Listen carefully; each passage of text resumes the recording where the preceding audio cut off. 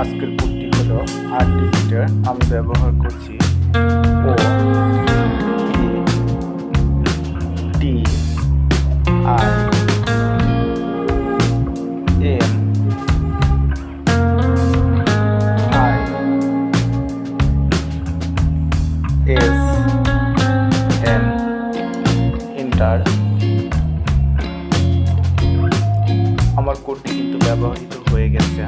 আপনারা চাইলে কিন্তু এভাবে কোডটি কমপ্লিট করতে পারেন। আর আজকে আমি আপনাদের আরেকটা জিনিস দেখাই, যেখানে বুক থেকে আমি কত পয়েন্ট পেয়েছি আজকে দেখাই।